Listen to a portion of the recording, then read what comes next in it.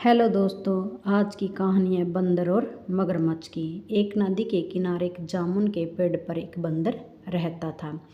उस पेड़ पर बहुत मीठे मीठे जामुन लगते थे। एक दिन मगरमच्छ खाना तलाशते हुए पेड़ के पास आया। बंदर ने उससे पूछा तो उसने अपने आने की वजह बताई।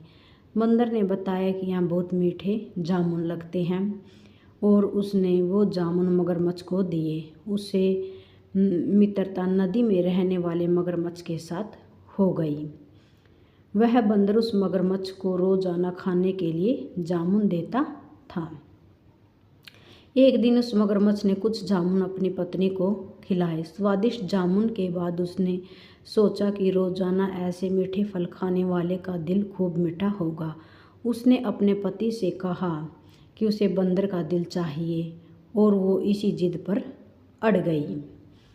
और फिर क्या था, उसने बीमारी का बहाना बनाया और कहा कि मैंने तो बंदर का कलेजा चाहिए। पत्नी की जिद से मजबूर हुए मगरमच्छ ने एक चाल चली और बंदर से कहा कि उसकी भाभी उससे मिलना चाहती है। बंदर ने कहा कि वो तो भला नदी में कैसे जाएगा। मगरमच्छ ने उपाय सूझा कि वह उसकी पीठ पर बैठ जाएगा ताकि सुरक्षित उसे घर पहुंचाया जाए।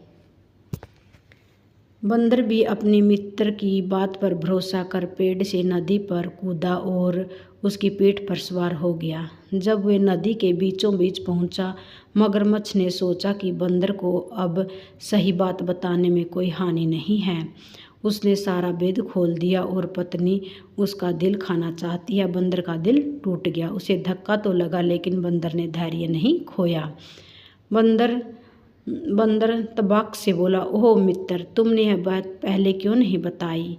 क्योंकि मैंने तो अपना दिल जामुन के पेड़ पर संभाल के रखा है। अब मुझे जल्दी से वो नदी के किनारे ले चलो ताकि मैं अपना दिल लाकर अपनी भाभी को उपहार में देकर उसे खुश कर सकूं।